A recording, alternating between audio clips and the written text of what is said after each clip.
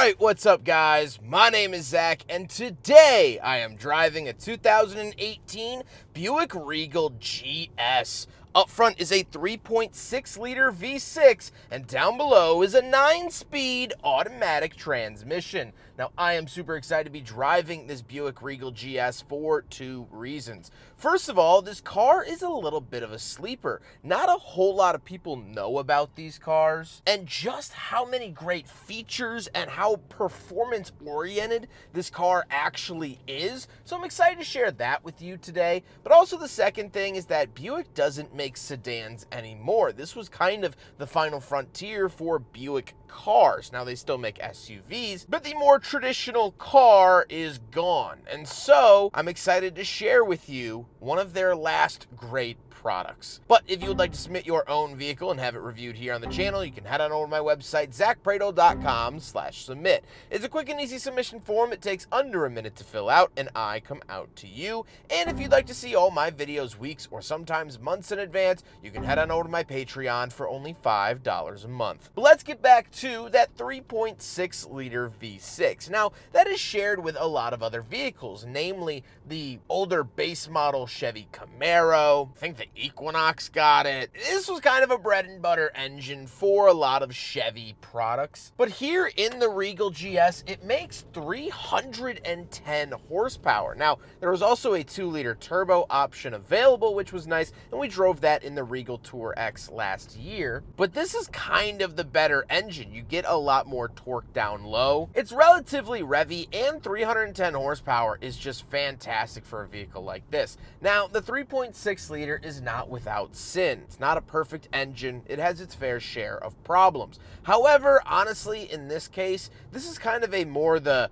devil you know scenario. Mechanics are going to know how to fix them. There's tons and tons of vehicles around that have this engine, so it's not mysterious, it's not a one-off, it's not anything too crazy, which would help me sleep at night. Now, like I said, paired to it is a 9-speed automatic transmission. It's been mostly fine. There have been a couple of relatively harder shifts, but by and large, it's been good for my time with it. Last but not least, the Regal GS is all-wheel drive. So, all-wheel drive, 310 horsepower sedan? Yeah, that's pretty cool. How does it feel to drive the Regal GS? Well, honestly, it's great. The horsepower and torque is wonderful. The ride quality is nice. This does have essentially Magna Ride suspension. I don't believe Buick actually uses that name. That's a Cadillac name. But it's basically the same technology, which also means it costs about $4,500 to fix when it breaks, but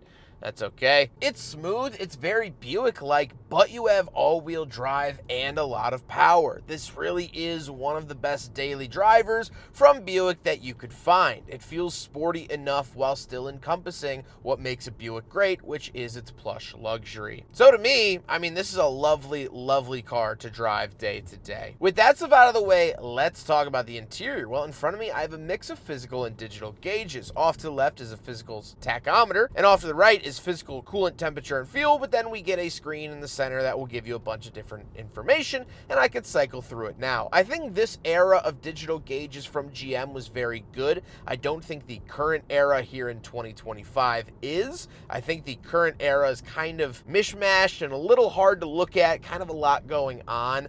This is a lot more simple, and I definitely like that. On the steering wheel, on the left, we do have our cruise control options, as well as heated steering wheel, voice commands, and phone options. And off to the right, we have our selectors for that gauge cluster screen, as well as our volume and skip track. Off to the left, we do have a climate control vent, gauge dimmer switch, and our headlight switch. And moving out of the door, we have our lock and unlock, power mirrors, and power windows. Moving into the center, we do get a pretty sizable infotainment display. I really, really like this. This does have Apple CarPlay and Android Auto, so it still keeps up with modern tech, even though this car is 7 to almost 8 years old at time of filming. So it still keeps up with modern tech in that way. I think this center screen is still usable and presentable, and you just didn't see this back in the 2000s. Every 2 years, whatever screen you had in your car was immediately outdated, but now this actually has held its own for more than half a decade, and I like to see that. And we do get a backup camera. Here it is, of course, legally required 2018 onward, so of course it has it. It's a little grainy, but it works. Down below, we do have our skip track and volume, home button, hazard switch, and traction control off. Then down below, we do have our climate controls. We get dual zone climate, heated and ventilated seats, fan speed, all of this great stuff. I think it's laid out really well. I love that they're physical buttons. They work. They're tactile, and I love them. Then we do get an opening center console with cup holders. We'll do a quick big friggin' bottle test, but anyone with the gift of sight would realize that it fails quite quickly. Then we do have our GS button. This GS mode is kind of an enigma. There's a lot of debate online of what it actually does. Basically, it's a step above the sport mode. The only concrete thing I've been able to find is that it adds stiffness to the suspension. So where sport mode gets 20% stiffer than normal, this gets 20% stiffer than sport mode. So basically like 40% stiffer than normal mode. Some people online were saying that it ups the boost pressure on turbo models, but this isn't a turbo model. Some forum posts I've been seeing, it will send up to 90% of the power to the rear wheels, so it changes the power split. Very, very strange. And then we have our lane keep assist and parking sensors on and off. We do have the shifter. It says GS up at the top. Love to see that. Power parking brake and another cup holder that sadly also fails the big friggin' bottle test, but it is what it is. Then we do have a center console with a wireless phone charger. Again, a pretty modern feature here. And the seats. The seats are heated, ventilated, power memory, and massaging. Now, the massage feature isn't the best that I've felt. However, it has it, and it does move your lumbar a little bit, keeps you moving, and it's something that most other cars don't have. So, very, very nice to see that here in the Regal GS. However, speaking of seats, we do have back seats, so let's go do a back seat review. All right, we're in the back of the 2018 Buick Regal GS, and a couple of things to note. First of all, this is my driving position. My knees are not hitting the seat in front of me. I have tons of space back here. We do, of course, have power windows. We have this sort of fake carbon fiber decaling on the door. The Bose speakers carry on back here. I forgot to mention up front, this does have a Bose sound system, which is very good. We have two climate vents back here, absolutely critical on a hot day like today. And we have two USB-A's. Now, we do have a center console as well, two fold-down cup holders, but these back seats can actually split all on their own. So you can lower just this one, or more importantly, you can lower just the middle seat into the trunk. Now, we'll talk about the trunk in a second, but the owner was telling me he plays hockey. He was able to fit 4 full-grown hockey players in here and all 4 hockey bags by utilizing this center doorway. I don't know what you want to call it, but this is really, really cool. So you can have a 2x4 going up to the dashboard while also fitting 4 friends. So very, very cool to see all of that. But let's hop into the back and take a better look at the trunk, because it does have a party trick. Now, unfortunately, that party trick is not a power-operated trunk. Unlock it there. You know what, though? I don't know if I know how to open it. One moment, please. Okay, 2 minutes later, I found out how to do it. You push in the emblem. That's the popper button. Very interesting. But the party trick I was actually talking about was the fact that it is a sport back, meaning it's not, I guess you could call this a hatchback. This is very much its European influence. This is basically a rebadged Opel Insignia. And so it carries this over to the American market, which is very cool to see. Now, it is not power, unfortunately, but it is very cool.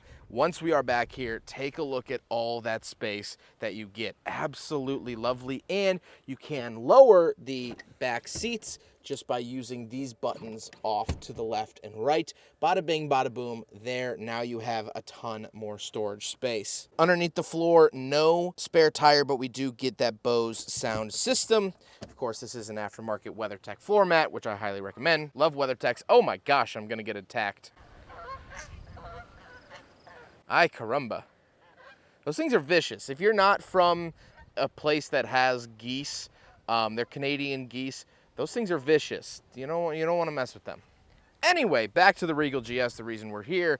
Absolutely lovely. This is a super, super usable rear trunk and cargo space. I mean, the only step up from here would be like a pickup truck or a U-Haul. So Very, very cool. Now we got to talk about the looks, and I actually really, really enjoy the look of the Regal GS. As we saw, it is a sportback, but it doesn't look like it would be a sportback. I thought that these were sedans until today. So very, very nice to see that. I like the red color. Obviously, you can see it does have the big Brembo brakes up front as well. Absolutely love to see that, really adding to the performance of this vehicle too, the sort of stealth performance. I don't know, I think it looks proportional. I think it looks good, and I can't particularly say that about all brand new Buicks coming off their assembly line here today. However, with all of that being said, let's get on to my final thoughts. What do I think driving this Buick Regal GS from 2018? Well, of course, I do have my very small GM hesitations. A couple of the buttons haven't held up really well. The drivetrain is on the questionable side, but I'm not too worried about it. It is at 143,000 miles, this particular vehicle,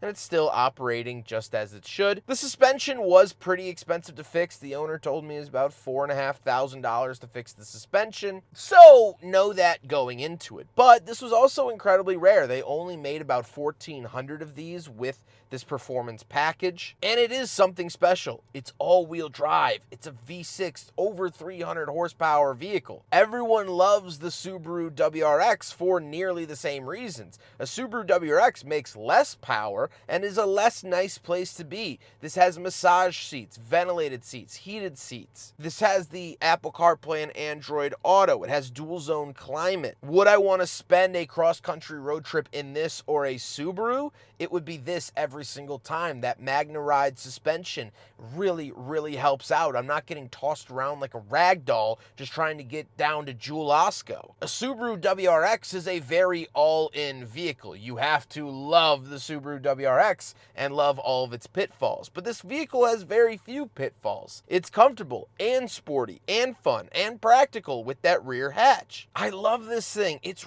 really, really good. And because of that, it's a right old shame that Buick doesn't make something like this. Now, I do say that they don't make something like this. They technically do. They still build the Regal. They just only sell them in China. China loves the Buick brand, so they actually get some cars there as well as the SUVs. We don't get the cars here in the United States anymore, and it's a shame.